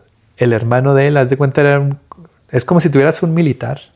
Los 2 eran así corpulentos, pero uno tenía pubis y pelo largo y el otro no. O sea, el otro estaba pelón, así con una barbota larga. Ajá. Y eran hermanos gemelos, no más que uno. Y ese que nos dijo que no podíamos hablar español era el transgénero. Entonces, era la chava. Sí, no. Entonces yo dije, qué hijo, o sea, qué onda, o sea. Qué raro. Sí, muy raro, muy raro. Va. No. Pero llega un punto donde tú, ya después tú dices, ¿sabes qué? Sí. Voy a seguir yo con... de hecho, de ahí me muevo a otra compañía. Ajá. En esa compañía, el dueño era mexicano, pero ya tenía más de 30, 40 años viviendo acá en Estados Unidos. Y lo que me gustó ahí es que él sí me enseñó. Él me dijo, mira, aquí en estos lugares puedes comprar playeras, acá están los supplies de las tintas, químicos, los marcos en tal lugar. Y él me enseñaba mucho software para manejar también las máquinas. Él fue una de las primeras personas que llevó la serigrafía a Denton. O sea, él fue el primer compañía de serigrafía. Wow. Tenía ahí entrevistas del periódico y me enseñó cómo se hacían en ese entonces. O sea, antes no diseñabas en la computadora, eran stencils, hacía a mano. Entonces ya si la regabas, comenzar otra vez. O sea, era el proceso más largo, ¿sí me entiendes? Ahorita lo diseñas en la compu y lo imprimes y ya sale. O hay ya máquinas que imprimen directamente en el frame que utilizas ya imprimen directamente ahí, ya nomás lo pones en la máquina y imprimir, así. Uh-huh. Un proceso que puede durar 10 minutos, que en la época de él duraba un día, ¿sí me explico? Uh-huh. Porque tenías que dibujar a mano y luego el revelado era así como un cuarto oscuro, como los negativos, ¿te das cuenta? Entonces sí era un show. Y él tenía ahí en su negocio una bodeguita donde tenía todo eso de su época y me lo enseñó. Y eso se me hizo bien chido. Qué chido. Ajá. ¿Hicieron trabajo ahí? No. Él nomás me lo enseñó. Haz de cuenta como si entraras a un museíto. Ajá, qué chido. Hubiera estado chido también, o sea, como hacer el proceso de, o sea, así como el tiempo que lo hacían. Sí, pero ya como en ese entonces ya pues eran químicos y cosas que ya no se utilizaban. No sé si servirían. Ajá. Pero se me hizo chido que se diera el tiempo para decirme. Qué chido. Ajá. Y que él se quedó con todo eso y no dijo, no, pues lo tiro todo. Ándale. Ya o lo vendo. Sí, ahí sí duré bastante tiempo, yo creo sí como 2 años. Uh-huh. Cuando estuve ahí fue cuando a la par yo trabajaba ahí y empezaba a hacer ahorrito. Uh-huh. Y fui comprándome maquinitas. Pero tú ya con el plan de que tú vas a comenzar. Sí, yo nunca, mi idea nunca fue quedarme así. O sea, siempre fue, si ya lo hice una vez allá, o sea, lo puedo volver a hacer. Sí. Ajá. Okay. Y ahorita es lo que hago. O sea, ahorita mi taller lo tengo montado ahí en el garage. Ajá. De la casa, de tu casa. Y así, o sea, mientras estaba trabajando ahí, Ahí me pagaban un poquito más, me pagaban $13.50 la hora. Sí. Entonces fui comprando máquinas. Llegó un punto en que ya yo empezaba a tener clientes y la semana me salía igual, o sea, ganaba lo mismo yo por mi lado que lo que ganaba ahí en la semana. Entonces ya hablé con el dueño y le dije, ¿sabes qué? Mira, voy a empezar a trabajar medio tiempo, ¿no? Y se acopló hasta eso. Y así, medio tiempo, hasta que ya le dije, ya nomás vengo hasta tal fecha. Y hasta hice muy buena relación con él. Dije, si necesitas que me quede más, pues tú dime, o si que entrene a la persona que se va a quedar, me dices. Ahí cuando entré, él me enseñó a usar las máquinas, porque son máquinas automáticas. Okay. Él me enseñó a usar las máquinas y yo sí ya no era ayudante, era el printer, puede ser el impresor. Entonces yo ya manejaba una máquina. Eso fue chido. Él me enseñó cómo. Él sí me dio chance de ser diseñador también. Qué padre, ¿eh? O sea, qué padre que hay esa gente también que no es así como egoísta o, por decir, no sé si es avariciosa en cierto punto, ¿no? Pero es así como que de ayudarle a las más personas, ¿no? También a levantarlos, a que sigan ellos también. Y él era muy buena gente, digo. De hecho, él me contó una historia de que él le pegó, pues, o sea, que ya cuando su negocio creció, porque conoció al grupo de Bronco. ¿En serio? Ajá, dice que en ese entonces había una sola estación de radio en español en todo Texas. Ajá. Y que en ese entonces estaba muy de moda Bronco y que iban a viajar a Odessa, creo, a Odessa, Texas. Y que cuando Bronco va a la estación de radio, ven que él dice, había playeras ahí. Ajá. Y él les había hecho las playeras a los de la estación de radio. Y que los de Bronco, ay, esas playeras, ¿quién te las hizo?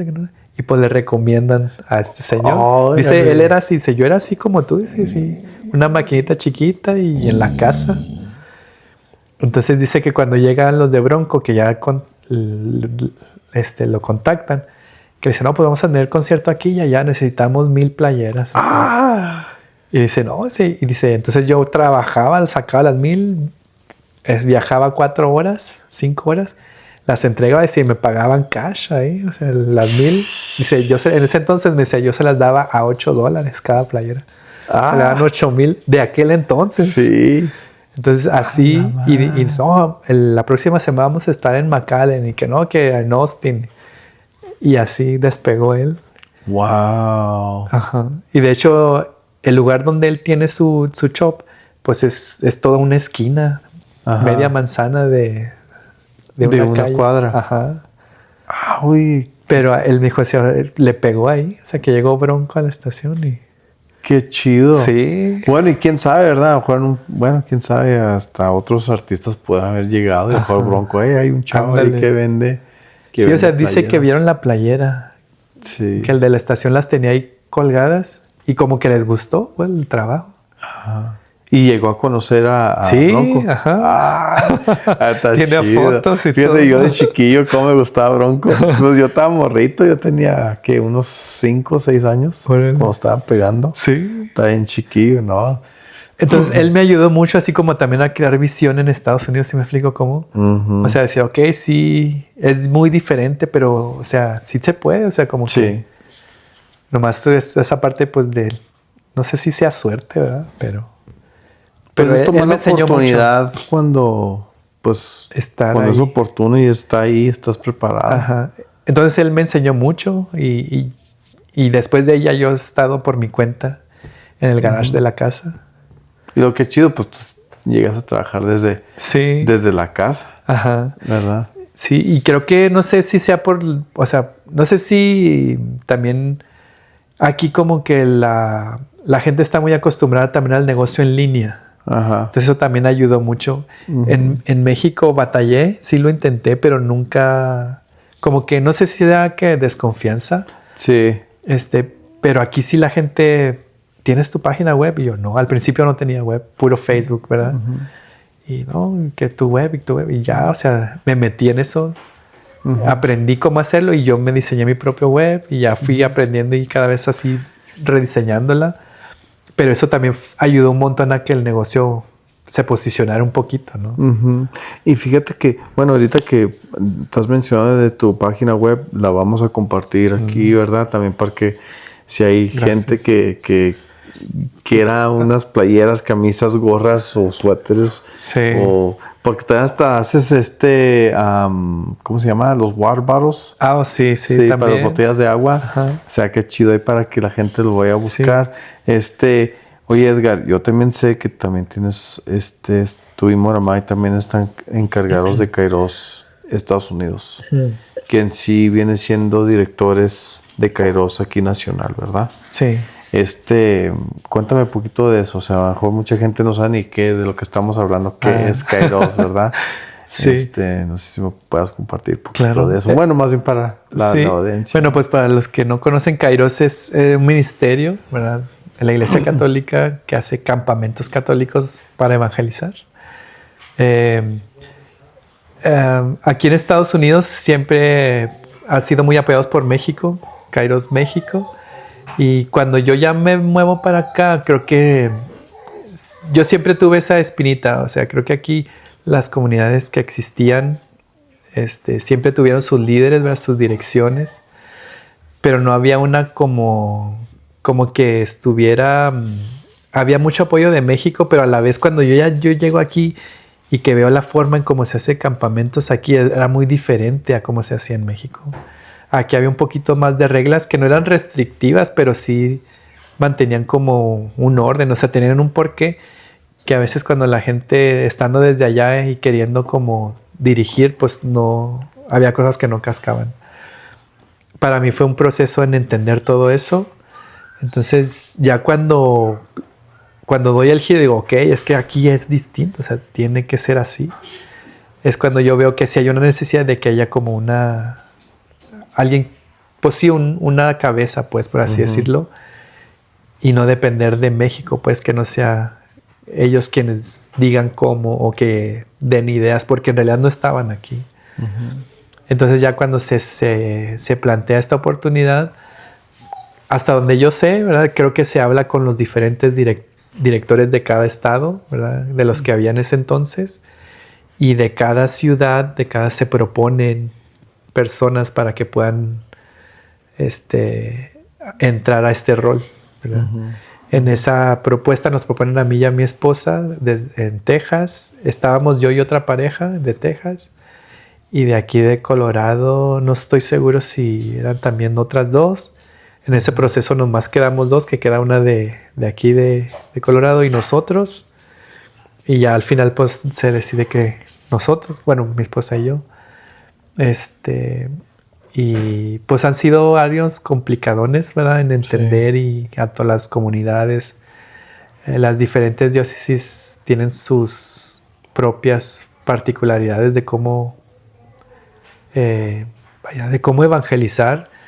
Los obispos también tienen sus propios planes pastorales. Entonces sí es como entender mucho eso para poder tener una visión no impositoria, pero que sí que ayude a que todos florezcan. Sí. Entonces eso ha sido un trabajo, pues digamos, no difícil, pero sí que ha llevado tiempo en consolidarlo. Y creo que ahorita estamos en un buen momento. Es la oportunidad de ahorita, por ejemplo, de estar aquí. Tuvimos la oportunidad de platicar con los encargados de aquí y entender un poquito más, ¿verdad? Poder conocer a las comunidades, servir con ellos. También ayuda para poder asentar cosas, ¿no? Que las conocemos solo porque nos las han transmitido, pero no están como muy formalizadas en papel, por así decirlo. Sí, sí, fíjate que yo supe de Kairos estando aquí en Colorado, era el año que 2008, 2009, donde Lili era la que tenía Kairos y bien fuerte aquí, ¿verdad? Obviamente todavía tenemos un buen equipo fuerte. Y me acuerdo que no sé, había algo que me llamaba la atención. Y obviamente pues yo tenía que, en ese tiempo tenía unos como 14, 15 años. No, como unos 16, 17. Pero bueno, hasta que ya después empecé a ir a un grupo de jóvenes con mi esposa, pues nosotros ya juntos, y dan el primer campamento Kairos. Bueno, era el primero que nosotros habíamos vivido. Uh-huh. Fíjate que fue así como una experiencia totalmente diferente a lo que había vivido, y era ir afuera en la naturaleza y aquí en las montañas. Y fue tan bonitas montañas. Fue una experiencia, y fue donde acaban de vivir este campamento, estos campistas. Fue ahí donde mismo. Y haz de cuenta, fue algo bien impactante para mí, así el poder experimentar a Dios a través de la naturaleza, más aparte de los desafíos, que pues no voy a compartir mucho de los desafíos, ¿verdad? De lo que se trata. Pero era algo muy diferente, era algo muy rico, uh-huh. ¿Verdad? Que siempre se me quedó. Y luego ahora traerlo esto a las parejas es algo así como que sí. Totalmente diferente. Y luego ahora ves, así como en las parejas, ves al hombre y la mujer cómo ven el desafío por su propia parte y cómo lo van conectando sí. a sus vidas, ajá. Y hasta en su relación y en su matrimonio. Y te das cuenta que como una herramienta de ir a acampar con actividades, cómo llega a sanar, y cómo también, si tú lo permites, que también Cristo entre en este aspecto de tu vida, si tú le abres la puerta, ¿verdad? Ajá. Es algo bien chido. Sí. Hay dos cosas que me gustaría compartir acerca de que me ha dejado campamentos. Bueno, dos o tres. La primera, fíjate, cuando yo estaba joven, hubo un campamento. Todavía sigues joven. Sí. Bueno, el primer campamento que yo vi fue en el 98. Uh-huh. Ya después de ahí no volví a vivir otro como hasta el 2000. ¿Cuántos años tenías en el 98? En ese tiempo. No me acuerdo. Pues estaba como en prepa, secundaria y prepa. Ok. Por ahí. Y luego en el 2000 vuelvo a vivir otro. Y en el 2000 me integro a la comunidad. Duró como 2-3 años. Y luego hay un lapso así grande que no estoy en Kairos, pero como que me sigo en la iglesia. Y luego ya en el 2010 hasta la fecha ya ha sido interrumpido. Pero en esos primeros campamentos hubo una actividad que me marcó mucho, porque era un ejercicio de que tenías que escribirle una carta a alguien, a quien tú quisieras. Puede ser una persona, un famoso, un científico, a Einstein, ¿sí me explico? O sea, a Cristo, a Jesús. Podía ser viva o que no estuviera muerta, pues, por decirlo. Y yo le escribí una carta a mi hijo, teniendo, ¿qué serán? 15, 16 años. No tengo la carta, o sea... y te iba a preguntar. Sí, no la tengo. ¿Te acuerdas lo que escribiste? Pero me acuerdo que hice ese ejercicio. Wow. Y curiosamente lo recordé hasta que tuve un hijo. O sea, pasó mucho tiempo. Y yo, o sea, tenía presente que habíamos hecho eso, pero nunca lo volví a retomar hasta que, híjole, yo me acuerdo que le escribí una carta a mi hijo. Sin saber que iba a ser papá, sin saber que iba a casarme, sin saber que iba a... No sé, o sea... A mis 16 Algo años. Te nació. Ajá. ¿Te acuerdas lo que escribiste? No me acuerdo. Esa es una. Otra que me gusta, en esta parte de lo profesional y el diseño gráfico, siempre me gustó cuando hacía mis diseños y aquí andaba en la calle y ver a gente que trajera playeras con mis diseños, ¿no? Pero muy propiamente en esta parte de Kairos, el logo que es de Kairos yo lo hice.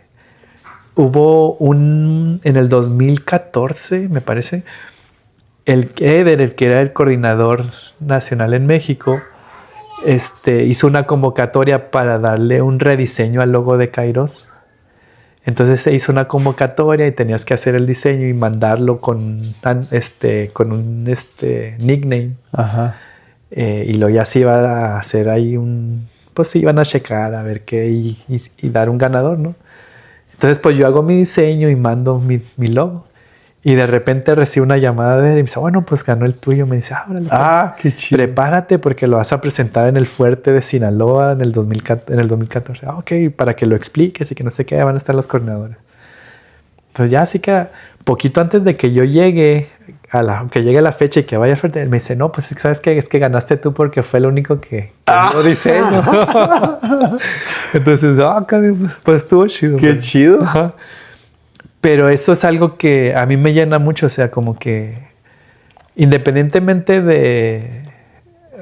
Vaya, sé que el servicio y esta parte de evangelizar y de dar tu tiempo, ¿no? A la iglesia es bonito, pero en internamente para mí es muy bonito ver que ese logo que está ahí, que sale en las publicidades, en las playeras que usan los chavos, no sé, en los detalles que hacen.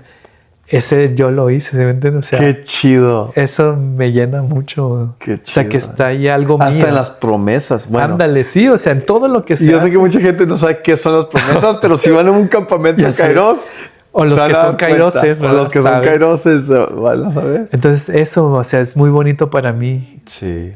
O sea, nunca he buscado así un reconocimiento que digan, él es el autor, sí. ¿no? Pero internamente yo sé. O sea, sí, por adentro sientes, sí, bonito. Es algo que yo creé, ¿verdad? Sí, algo que y que yo se hice. Acoja por todos y que... O sea, eso es padre. Qué chido. Y que puede ser algo reconocido en México, en Estados Unidos, en las arquidiócesis, hasta en otros grupos. Sí. Oye, esos son los de Kairos, ¿verdad? Qué chido. Otra cosa que a mí... esto es algo muy de Kairos también, ¿verdad? No sé por qué, pero ya sea si... Y se escucha, esto lo escucho hasta de otros compañeros. Ya si ellos van a Texas o a California o otros lados donde ha habido Kairos antes, o llega gente de México o cualquier cosa, que cuando llega la gente se siente como una cierta hermandad entre gente que es Kairos. Oh, sí. Que a lo mejor no te llegaste a conocer, no te conoces así bien, por decir... Yo no te conozco así bien al todo, ¿verdad, Edgar? De lo poquito que hemos estado así platicando y todo. Pero, o sea, se siente así, no sé si es por la misma experiencia y el mismo objetivo que queremos, que al final del día es llegar a Cristo, ¿no? Pero a la misma vez, las experiencias que hemos vivido a través de Kairos y, por decir, las RMs o ya sea... Todas estas experiencias, hasta el echar relajo, es algo chido, muy dentro de Kairos. Bueno, de lo que yo he visto y lo que yo he experimentado, ¿verdad? Ya cuando me toqué ir a Chihuahua y un día me toqué ayudar y apoyar en un campamento, me toqué ir a Denton o a Odessa o pues no sé, a otras partes. O sea, es esto que es lo chido, que a mí se me hace como una cierta hermandad que existe. Sí, eso es muy curioso. O sea, es que en realidad, o sea... Internamente decimos es que Kairos es una familia. Y es que sí, es una familia. Sí. O sea, el lugar al que vas y incluso aunque no te conozcan, si vas por la calle, o sea, estás aquí en Estados Unidos, si vas a México y andas turisteando y traes una playera de Kairos, si hay alguien que es Kairos y te ve, o sea, se va a acercar a ti, o sea, tenlo por seguro. Sí. O eso es algo como mágico, no sé cómo decirlo. Yo en mi carro traigo un sticker de Kairos, entonces... a donde llego, o sea, siempre, si hay alguien que es Kairos, o sea, no me va, o sea, sé que se va a esperar o me va a topar, o sea, te entra ese espíritu, aquí anda alguien de Kairos, ¿quién será? No sé, pero aquí está. Sí. Entonces es algo muy bonito, creo que la misma experiencia regala. Experiencia. Y pueden pasar años en que compartiste un fin de semana con alguien y pueden pasar muchos años y volvértelo a topar y como si hubiera sido al día siguiente, ¿no? Sí. Que lo dejaste de ver. Entonces es algo, no sé, todos lo conocemos, no sabemos cómo explicarlo, pero es una realidad. Y es algo como muy único, ¿no? Me imagino que otros ministerios lo han de tener, pero no sé, para mí hay algo dentro de Kairos que es muy único y se crea como una familia. Bueno, aquí en Colorado se cuenta que yo sé que yo puedo ir como con cualquier otro integrante de lo que hemos estado en Kairos y yo sé que sí puedo llegar, oye, necesito un paro, ¿verdad? Obviamente no la va a pedir 5,000 varos, ¿verdad? Bueno, pero algo, o sea, que necesito sabes que están algo, ahí. ¿verdad? Sabes que están ahí a ayudarte. Hablando un poquito de la fe, de lo que tú has visto, ya sea en Texas o aquí o donde te ha tocado a ti servir, en enfoque esto de los hombres o de los chavos, ¿tú qué ves que hay necesidad o qué es lo que le falta ahorita o dónde podemos crecer más así como chavos o por decir los jóvenes que vienen? ¿Dónde es donde está? O papás que son padres de familia. Ok. Bueno, creo que sí hay algo que sí siento que esta parte de expresar sentimientos, emociones, o sea, creo que hasta culturalmente traemos como una, no sé si presión o qué, pero traemos ahí como un desfase, no sé cómo llamarlo, Ajá. de que sí no, nos han enseñado a no expresar, a aguantarnos las ganas de llorar, ¿no? Uh-huh. Entonces sí creo que eso es importante, o sea, somos seres humanos, tenemos sentimientos, tenemos estas sensaciones y está bien expresarlas, ¿no? Creo que también, siento que eso sería una buena oportunidad, pues, o sea, decir que eso está bien y es bueno hacerlo. Ya. Yeah. Y como papás, también creo que es importante el saber que reconocerte, obviamente entiendo esta parte que como hombres y mujeres, pues sí tenemos, ya hablando en la cuestión de pareja, sí tenemos como esencias distintas, ¿no? O sea, que uh-huh. sí nos marcan. Obviamente hay un aspecto cultural, ¿verdad? Que genera ahí también algo. Uh-huh. Pero más allá de eso, creo que sí es importante como que saber que somos seres complementarios. Nadie es mejor, ni nadie uh-huh. es más. O sea, entender eso, pues, como hombres. Sí. Ok, sí, a lo mejor me toca un rol proveedor, pero no soy más por ser proveedor, ¿sí me explico? Uh-huh. No soy más porque soy el que hace el trabajo duro. O sea, esto uh-huh. no me da un privilegio. Uh-huh. Entender eso creo que ayudaría mucho, o sea, en la relación de pareja y viceversa. O sea, no me pasa nada si un día lavo la ropa, si un día agarro los trastes, si un día trapeo, si un día yo hago el mandado, ¿verdad? Uh-huh. Eso creo que sí hace falta. Y cuando lo empiezas a sentar, creo que por inercia se baja a los hijos. Ah, papá también barre. Ah, papá hace uh-huh. el mandado. Sí. ¿Se me explicó? O sea, creo que eso la integraría yo, pues, un poquito. Sí. No digo que estemos mal, pero sí siento que hace falta un empuje. Uh-huh. O sea, uh-huh. hacerlo más notorio, pues. Sí. Uh-huh. Sí, en lo que, donde yo lo veo y lo he compartido varias veces, es esto. A lo mejor, no sé, hay ciertos hombres que a lo mejor no ven que en realidad la importancia que ellos tienen dentro de su familia. El dar el ejemplo, ajá. El de yo también voy a servir, el que nada me pasa si yo plancho la ropa. Más bien, ándale. Yo soy el mejor planchador aquí en esta casa, ¿eh? Sí, fíjate, yo ni a mi mamá dejaba que me planchara la ropa. ¿Sí? No, ajá, yo también. Ni que la lavara. No, sí, yo también me lavaba la ropa y a planchar. Sí. Y es algo, ¿no? Que tus hijos vean de ti, de enseñarles que tú como hombre, o sea, bueno, obviamente tú como padre de familia, sí, tú llevas la responsabilidad de ser la cabeza de tu familia. Pero no quiere decir que tú eres el más importante. Ajá. O sea, no, todos tienen su rol dentro de su familia y todos tienen la importancia. Sí. Y tú como hombre, o sea, no puedes ser así nomás como el proveedor. Llegas a la casa, te sientas y a ver tele. Sí, no. Y que ya tu comida esté ya ahí preparada y ya toda lista. Pues no, ¿verdad? Es de tomar esta iniciativa también en ser parte de las actividades de la casa.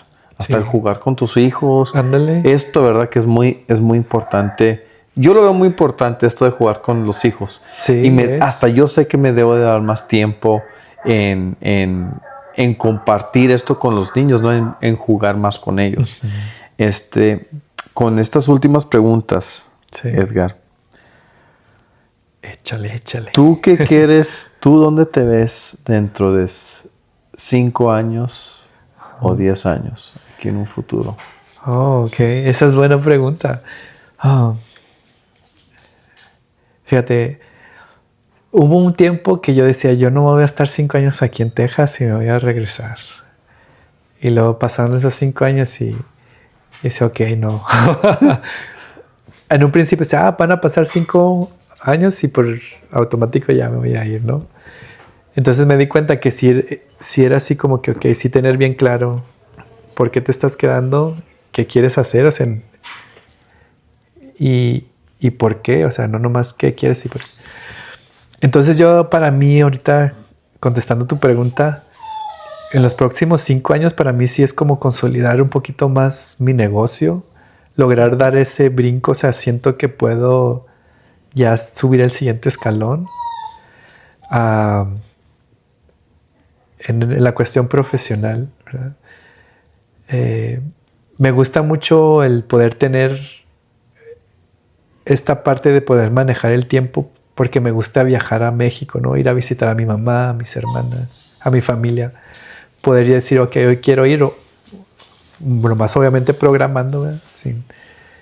Pero quiero seguir teniendo esa libertad en ese sentido, ¿no? Entonces, por lo mismo creo que entre más estable, no más estable porque, pero entre lo que vaya consolidando, creo que lo voy a poder hacer.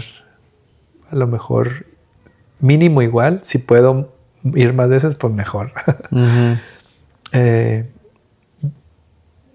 La parte, veo mucho a mis hijos, eso es algo que, no que me tenga con preocupación, pero poder ser más presente, o sea, decir, por ejemplo, mi hijo mayor tiene 8, mi hija menor tiene 5. En 5 años, 10 y 12, y en 10, 18 y 15. Entonces, ok, aprovechar ahorita el tiempo con ella, o sea, sí me ha pasado de que, papá, ¿quieres jugar? Y luego, oh, no, estoy haciendo esto. Y, sí. ya, y duele un chorro, así que hagan esto, que agachen la cabeza y se salgan ellos con la pelota. Oh, y ya lo duele, ok, me paro y ya. Sí. Digo, ok, esto puede esperar un ratito. Él mañana va a tener 15, va a tener 18 años. Entonces me va a doler. A los 18 ni siquiera me va a preguntar si quiero jugar. Ahorita me está preguntando, ¿no? Entonces, hacerme más presente ahí, o sea, siento en cuestión familiar. Y con mi esposa le he platicado, o sea, a veces sí nos frustra mucho así, híjole, no podemos salir. O por ejemplo, en esta parte del servicio nos turnamos, ¿verdad? Uh-huh. No, pues te toca ir a ti, o ahora a mí, por cuidar, por estar con ellos, ¿verdad? Porque si nos ¿con quién nos van a dejar? Sí. Entonces yo le digo, va a ser un tiempito nada más. O sea, sí hay que cuidar la relación, salir a comer de vez en cuando tú y yo nada más. Pero si ahorita nos toca estar con ellos porque en 10 años ya o sea, nos van a, hey, quédate en la casa. Entonces creo que por ahí ya, o sea, consolidar Holy Seed y ser más presente con ellos. Sí. Qué chido. Sí. Ahora, para la última pregunta, ¿qué consejo te dieras a ti mismo hace 20 años, 10 años? Ok.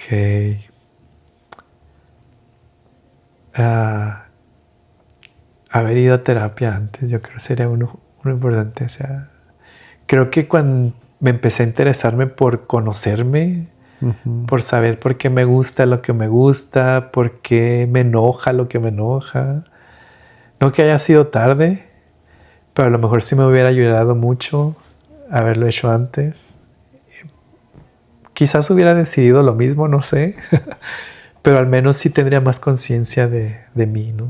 Sí. De quién soy, de sanar esta parte de valor propio, de autoestima, un poquito, uh-huh, ¿sí? Conocer mi propio valor. Creo que eso sería, sí. La terapia antes. Eres la segunda persona que menciona terapia. Órale. Y yo estoy de acuerdo contigo al 100%, porque yo nunca he tomado terapia así propio yo solo. Ajá. Y es algo que he estado pensando en, ¿sabes qué? Hay ciertas cosas. Obviamente yo siendo inmigrante y viniendo de México aquí a Estados Unidos, o sea, te crees menos. Ándale, ¿verdad? Sí. Como que no eres suficiente. Exacto. Y es algo triste es porque no lo eres. Ajá. Ajá. Sí. Y he platicado con otras gentes así también, digo, porque te topas con gente, ¿no? Que tiene el mismo sentimiento y te dicen, no, pues es que yo allá, no sé, fíjate, con enfermeras así. Es que yo allá tenía mi estatus, o sea, yo era la jefa en el hospital, así, los doctores me buscaban. Llego aquí, o sea, no salgo, o sea, no soy nada. Sí. Aquí... Sí, es totalmente diferente. Cañón. Y está difícil porque, bueno, no sé, es un choque, como tú lo dices. Y mira, es por eso que a lo mejor mucha gente no sabe por qué le puse el nombre al podcast Hechos para Más. Pero esto viene parte. Obviamente sí está enfocado en los hombres, pero en realidad está enfocado para todos, ¿ok? Pero es esto de Hechos para Más, que fuiste hecho más que nomás para trabajar, que para nomás ser papá, que nomás, o sea, es todo, o sea, eres hecho para más, o sea, y te la tienes que creer y es de echarle para adelante y echarle ganas y si es de retroceder poquito para poder aventarte otros 20 pasos para adelante, Ándale. pues órale, ¿verdad? Sí, Entonces, definitivo. ¿algo más que quieras compartir con nosotros, Edgar, antes de...? No, pues agradecerte la invitación. No. Me dio mucho gusto Sí. compartir contigo este ratito.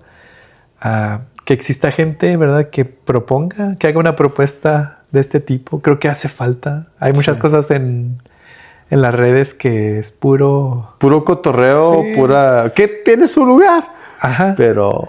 Exacto, pero creo que es muy importante esta labor que haces, el comunicar, el compartir algo de fondo.